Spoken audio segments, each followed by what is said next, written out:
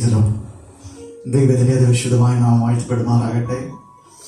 സിയുടെ അധ്യക്ഷൻ ബഹുമാനപ്പെട്ട ദേവദാസൻ, കൂടി വന്നിരിക്കുന്ന എല്ലാ പ്രിയപ്പെട്ടവർക്കും വേണ്ടുന്നവനായ യേശുക്രിസ്തുവിന്റെ നാമത്തിൽ എന്റെ സ്നേഹവന്ദനത്തെ അറിയിക്കുന്നു.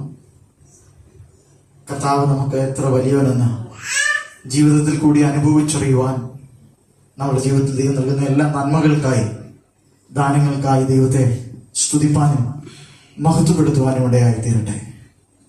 മരുഭൂമി യാത്രയിൽ ക്ലേശങ്ങൾ, പ്രയാസങ്ങൾ നിറഞ്ഞതാകുമ്പോൾ അതിന്റെയൊക്കെ മധ്യേ നമ്മെ താങ്ങായി തണലായി കാത്തുപരിപാലിക്കുന്ന ഒരു നല്ല പിതാവ് നമുക്ക് ഉയരത്തിലുണ്ട് എന്നുള്ള തിരിച്ചറിവാണ് ഭക്തനെ സംബന്ധിച്ചിടത്തോളം അവനെ ഓരോ ദിവസവും മുൻപോട്ട് നടത്തുന്നത്.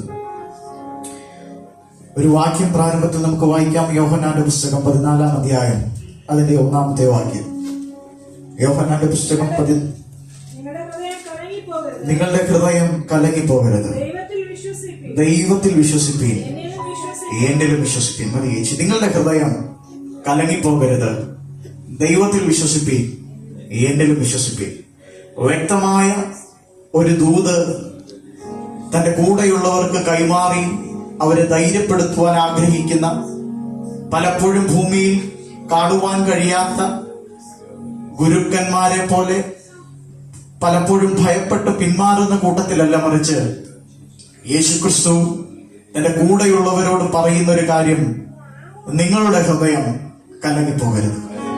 അതിന്റെ കാരണം എന്തെന്ന് പലപ്പോഴും ചോദിച്ചു കഴിഞ്ഞാൽ യേശുവിനറിയാം തന്നെ പിൻപറ്റിയവർ ആരും ഉയർന്ന ജീവിത നിലവാരമോ ഉയർന്ന സാമ്പത്തിക സ്ഥിതിയോ ഒന്നുമുള്ളവരായിരുന്നില്ല.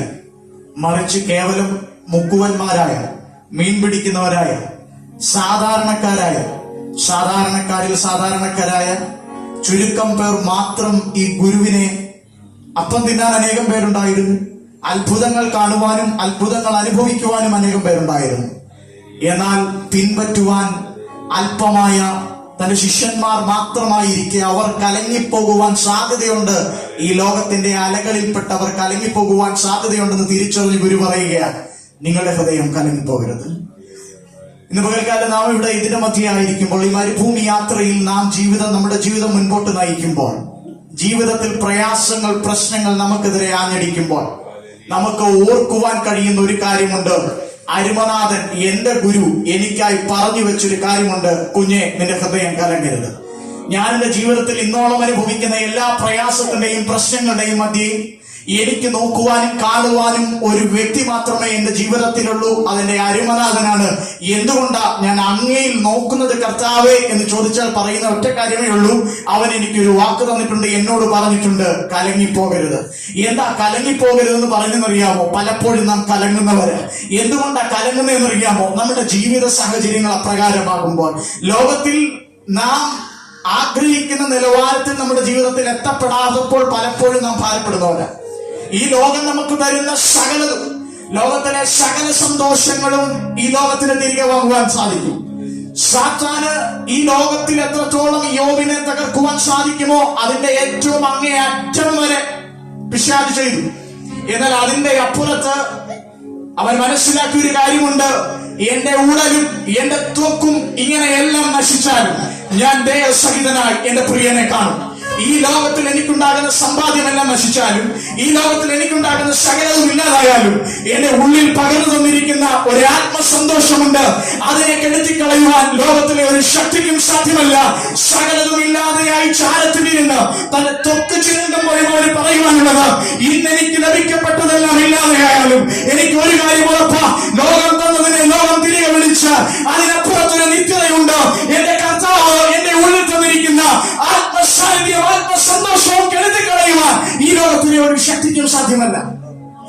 അങ്ങനെയുള്ള നമ്മളോടുള്ള ബന്ധത്തിൽ ദൈവം പിന്നെയും പറയുക: നിങ്ങളുടെ ഹൃദയം കലങ്ങിപ്പോകരുത്. എന്താ ഒന്ന് ചോദിച്ചു കഴിഞ്ഞാൽ, വേദപുസ്തകത്തിലേക്ക് നോക്കിക്കഴിഞ്ഞാൽ ഹൃദയം കലങ്ങിപ്പോയിട്ടുണ്ടോ? അതെ, താൻ ഏറ്റവും സ്നേഹിച്ച, താൻ ഏറ്റവും ആഗ്രഹിച്ച തന്റെ പിഞ്ചു പൈതലുമായി ഒരു മാതാവ് മരുഭൂമിയിലേക്ക് വലിച്ചെറിയപ്പെടുകയാണ്.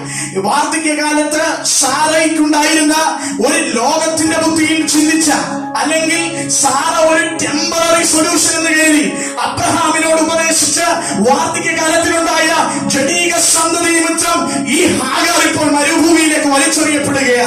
ആരും കാണാനില്ലാതെ, ആരും കണ്ണുനീർ കാണുവാനില്ലാതെ, ആരും എന്റെ കരച്ചിൽ കാണുവാനില്ലാതെ എന്നുള്ള അവസ്ഥയിൽ ആ മാതാവ് അൻപിൻപാട് ദൂരത്ത് പോയിരുന്ന് കരയുമ്പോ ഒരു കാര്യം തിരിച്ചറിയേണ്ടത് എന്താണെന്ന് അറിയാമോ? ഉലകിലെ നരികിലായി പ്രിയമായ പലതുണ്ട്, അതെല്ലാം മാറിപ്പോകും.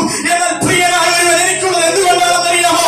ലോകത്തിന്റെ കണ്ണുകൾ, ലോകത്തിന്റെ കൈകൾ മാറിപ്പോകുമ്പോൾ, ലോകത്തിന്റെ താങ്ങുകൾ മാറിപ്പോകുമ്പോൾ മാറിപ്പോകാത്തൊരു താങ്ങായി ഉയരത്തിലൂടെ നമ്പുരാൻ എനിക്കുണ്ട് എന്നുള്ള തിരിച്ചറിയുക.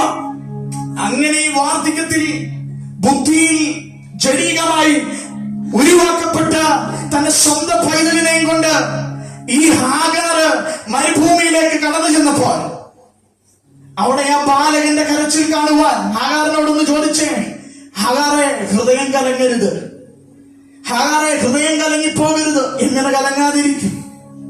തനിക്ക് ലഭിച്ച മകനുമായി ഒരു തുരുത്തി വെള്ളവും അപ്പവുമായി മരുഭൂമിയിലേക്ക് വലിച്ചെറിയപ്പെട്ട ഹാഗാർ എങ്ങനെ കലങ്ങാതിരിക്കും?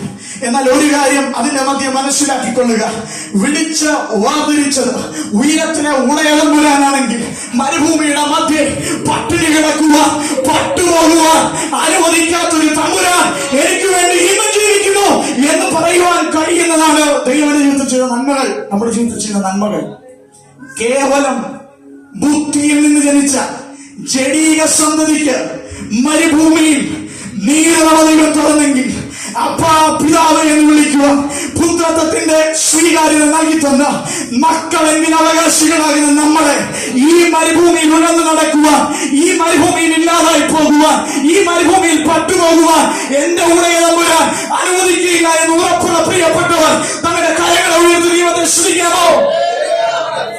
മരുഭൂമിയായാലും താഴ്വരയായാലും കടലായാലും കടക്കരയായാലും ഏതെല്ലാം പ്രതിസന്ധി എന്റെ ജീവിതത്തിലുണ്ടായാലും അതിന് മധ്യേ എന്റെ അരുമനാഥൻ ഉണ്ട് എന്ന് പറയും. രണ്ട്, തന്റെ സ്വന്തം മകനുമായി ലഭിച്ച വാഗ്ദത്ത സന്തതിയുമായി മല കയറി പോകുന്ന ഒരു പിതാവിനെ നമുക്ക് കാണാം. അവിടെ കയറി പോകുന്ന സമയത്ത് ഒരു ചോദ്യമുണ്ട്, അപ്പാ വിറകുണ്ട്, തീ, ഇതെല്ലാം ഉണ്ട്, യാഗത്തിനുള്ള മൃഗം എവിടെ? വാർദ്ധക്യകാലത്ത് തനിക്ക് ലഭിച്ച പിഞ്ചോമനയുമായി മലയുടെ അടിഭാഗത്തിൽ നിന്ന് ഉയരത്തിലേക്ക് കയറുന്ന ആ പിതാവിനോടൊന്ന് പറഞ്ഞു നോക്കിയേ, അബ്രഹാമേ കലങ്ങരുത്. കർത്താവ് പറഞ്ഞ് കേട്ടിറങ്ങിയതാ, കർത്താവിന് വേണ്ടി നിന്നതാ, യാഗപീഠം പണിതതാ.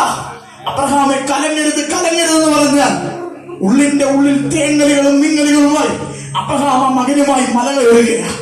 എന്നാൽ ഒരു കാര്യം മനസ്സിലാക്കിക്കൊള്ളുക, ലോകത്തിന്റെ സകലതും അസ്തമിച്ചാലും, ലോകത്തിന്റെ സർവവും ഇല്ലാതായാലും മല കയറാൻ പറഞ്ഞവൻ, ഉയരത്തിലേക്ക് കയറാൻ പറഞ്ഞവൻ, അവൻ ആദിയോടന്തം അവസാനവും കാണുന്ന ദൈവമാണ്. യാഗം കഴിക്കുവാൻ നീ പോയെങ്കിൽ നീ യാഗം കഴിച്ചേ മടങ്ങി വരത്തുള്ളൂ. നിനക്ക് പ്രിയപ്പെട്ടതിനെ, നിനക്ക് സ്നേഹിക്കുന്നതിനെ യാഗം കൊടുക്കുവാൻ എന്റെ ദൈവം അനുവദിക്കത്തില്ല. നിന്നിൽ പ്രസാദിച്ച് നിന്റെ തലമുറയെ അനുഗ്രഹിക്കുന്ന ദൈവമായ ദൈവം. അവൻ യാഗം കഴിക്കാൻ പോയവനാ, അവൻ ദൈവം പറഞ്ഞത് കേട്ടിറങ്ങിയവനാ, മാറി മാറി യാഗപീഠങ്ങൾ അടിച്ചവനാ. അബ്രഹാമേ കലങ്ങരുത്. ഇല്ല, ഞാൻ കലങ്ങത്തില്ല.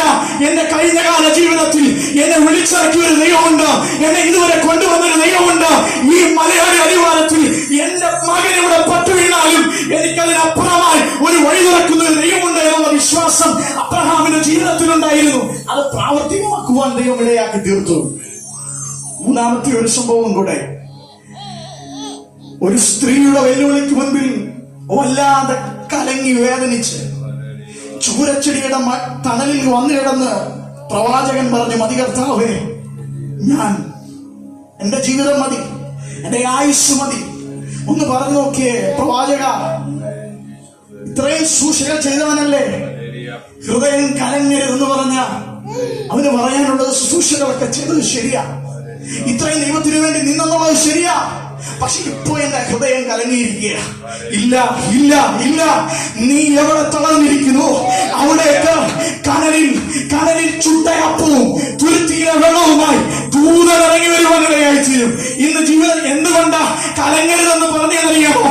ആദ്യോടുകൂടെ എന്റെ അവസാനവും അറിയുന്ന ഒരു അനുവനാഥൻ എനിക്കുള്ളത് കൊണ്ട് ഏത് ചൂരച്ചെടിയുടെ മണലിൽ ഞാൻ പോയിരുന്നാലും അവിടെ നിന്ന് എഴുന്നേൽപ്പിക്കും. എനിക്കൊരു ദൂരയാത്രയുണ്ട്. ദൈവമക്കളെ, അവിടെ നിന്നൊന്നും ഇതൊന്നും നമുക്ക് കിട്ടിയില്ലെന്ന് വിചാരിച്ചോ? എനിക്ക് അപ്പവുമില്ല, എനിക്ക് അടയുമില്ല, എന്റെ വാഗ്ദത്തങ്ങളും ശരിയാവുന്നില്ല എന്നുണ്ടെങ്കിൽ കർത്താവിവിടെ പറഞ്ഞു വെക്കുന്ന ഒരു കാര്യമുണ്ട്: നിങ്ങളുടെ ഹൃദയം കലങ്ങി പോകരുത്. എന്തുകൊണ്ടാണെന്നറിയാമോ? കാറ് ലഭിക്കാത്തതിനാലല്ല, വണ്ടി ലഭിക്കാത്തതിനല്ല, വീട് ലഭിക്കാത്തതിനാലല്ല, ജോലി ലഭിക്കാത്തതിനാലല്ല, സാമ്പത്തികമായി അനുഗ്രഹിക്കപ്പെടാത്തതിനല്ല. ഇതൊന്നും ലോകത്തിൽ നിനക്കില്ലെങ്കിലും, ലോകത്തിൽ ഇതെല്ലാം നിനക്ക് നഷ്ടമാണെങ്കിലും നിനക്ക് പ്രത്യാശയ്ക്ക് വകയുണ്ട്. നീ കലങ്ങിപ്പോകരുത്. ഞാൻ ഉയരത്തിലേക്ക് പോവുകയാ. എന്റെ പിതാവിന്റെ ഭവനത്തിൽ അനേകം വാസസ്ഥലങ്ങളുണ്ട്. ഇന്ന് കരയുന്നവരായ നിങ്ങൾ അമ്മയോടുകൂടെ ആനന്ദിക്കും. ലോകത്തിലെ ഒന്നും നേടാതെ വട്ടപൂജ്യമായി ഈ ലോകത്തിൽ അവസാനിക്കേണ്ടി വന്നാലും ഒരു ക്രിസ്തു വിശ്വാസിയുടെ പ്രത്യാശ, ഇതൊക്കെ എനിക്ക് നഷ്ടമായാലും എനിക്ക് അക്കരെ ഒരു നിത്യനാളുണ്ട്. ലോകത്തിലെ തള്ളിക്കുമ്പോ ഹൃദയം കലങ്ങുന്നുണ്ടെങ്കിൽ, ലോകത്തിലെ സമ്പാദ്യങ്ങൾ ലഭിക്കാതിരിക്കുമ്പോ ഹൃദയം കലങ്ങുന്നുണ്ടെങ്കിൽ, ദൈവത്തിനെ വിളിച്ചു പറയുന്നു: ഇതൊന്നും കണ്ടല്ല നാം ഇറങ്ങിയത്, ഇതൊന്നും കാണുവാൻ വേണ്ടി അല്ല നാം ഇറങ്ങിയത്. നാം പിൻപറ്റുന്നത് വാഗ്ദത്തത്തിന്റെ വിനായകനായ യേശു ക്രിസ്തുവിനെ. അങ്ങനെയെങ്കിൽ ആ കർത്താവ് അക്കരെ നാട് നമുക്ക് വേണ്ടി ഒരുക്കുന്നു. സങ്കടങ്ങളില്ലാത്ത, വേദനയില്ലാത്ത, ആശ്വാസമേറുന്ന നാട്. ഈ ലോകത്തിലെല്ലാം നഷ്ടമായാലും അക്കരെ നമുക്കെത്താം. അവിടെ അനേക വാസസ്ഥലങ്ങളുണ്ട്. ഈ ലോകത്തിൽ സങ്കടപ്പെടുന്നവരെ, ഈ ലോകത്തിൽ ഭാരം അനുഭവിക്കുന്നവരെ, ഈ ലോകത്തിൽ നിന്ദ അനുഭവിക്കുന്നവരെ, ഇതിന്റെയൊക്കെ അപ്പുറത്താൽ ഉയരത്തിൽ നമുക്ക് വേണ്ടി ഒരു നിത്യ നാടുണ്ട്. നിത്യമായ, ശാശ്വതമായ, ലോകത്തിന് അപഹരിക്കുവാൻ കഴിയാത്തത്, ലോകത്തിന് എടുത്തു കളയുവാൻ കഴിയാത്തത്, ശത്രുവിനെ അപഹരിക്കുവാൻ കഴിയാത്തത് അക്കരെ ഒരു നിത്യനാടുണ്ട്. അവിടേക്ക് നമുക്ക് ചെന്നെത്താം. ആ നല്ല നാഥനെ അനുഗമിക്കാം. നിങ്ങളാൽ ദൈവം നമ്മെ സഹായിക്കട്ടെ.